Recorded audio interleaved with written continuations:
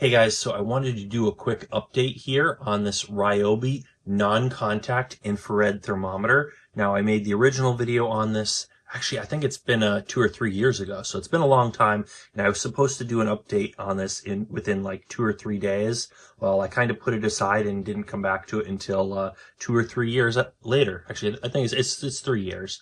But yeah, so I had some issues with this, and yeah, I did not come back to it. So I had discovered that there is a switch on here that will switch you between Celsius and Fahrenheit, and I found that regardless of which I switched it to, it would stay on Celsius, right?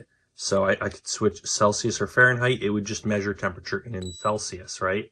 So right now I've got it. Yeah, there it is in Celsius.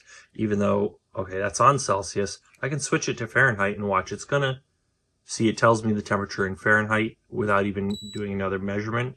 But I can now take measurements in Fahrenheit. So 79 degrees, that's the temperature of the table here. So the issue is when you slide this back on, you slide this grip on here that covers up both the switch, which I don't know why they can't put the switch on the outside. That's just silly. But yeah, so you cover this up to cover the battery and the switch. This switch gets bumped just a little bit.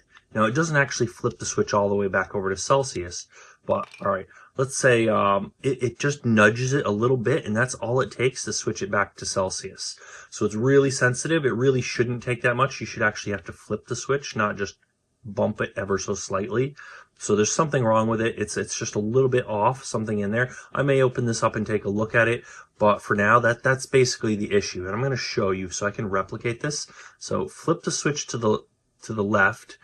And I think with the lighting here, I probably should have had better lighting. But see, that's a C for Celsius, F for Fahrenheit. So we have it to the left. It's on Celsius, right? So let's take a measurement. And 26 Celsius, right?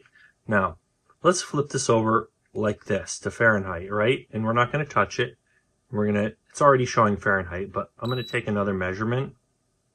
And there we go, 77 degrees Fahrenheit. So anyways, now, without switching it back, I'm going to nudge it ever so slightly. I barely touched it there, right? Not enough to actually flip the switch. Let's try this again. 26 Celsius. It suddenly switched back to Celsius. And that's just based on me barely nudging this switch. So anytime you slide this back on, that switch is going to get nudged over just enough that it's going to switch back to Celsius pretty much every time, consistently. And even just bumping this slightly will switch it back. So you have to have it pushed firmly over into Fahrenheit.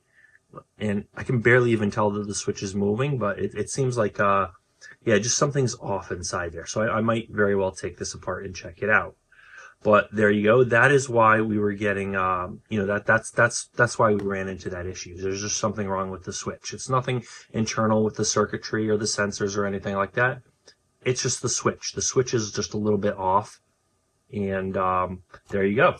So that's the issue. This is the update on the issue. I found out why it's doing that.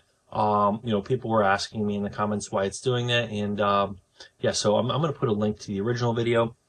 But this is, I actually was meant to do not only an update to this issue, but I'm going to have another video for this coming out shortly after this video. This is the update video. I'm going to have another one coming out where I test this thing out more thoroughly, because the first video I just did some quick testing, just to quick test it out. So I'm going to do more tests and show you some more use cases and stuff like that. Should be a more fun video, so stay tuned for that too. Also, make sure you hit the subscribe button so you don't miss out on our other tool demos and our other really interesting tool-related content. We do a lot of tool stuff, unboxings, demos, testing. We test tools out and then try things out, stuff like that. If you like tool stuff, hand tools, power tools, all that stuff in your YouTube feed, make sure you hit that subscribe button and the bell icon so you don't miss out when we come out with actual new videos. So you actually get a notification when we come out with new videos. So bell icon, and make sure you subscribe. Also, if you've tried this same thermometer out, or maybe you prefer a different brand of thermometer, leave a comment down below. If you have your own experiences with maybe the switch here or other issues with this, maybe you've tried it out and it's not accurate, make sure you go ahead and leave a leave a comment down below. We're kind of curious what other people's experiences are. But that's about it for today. So as always, thanks for watching, and we'll see you guys on that next video.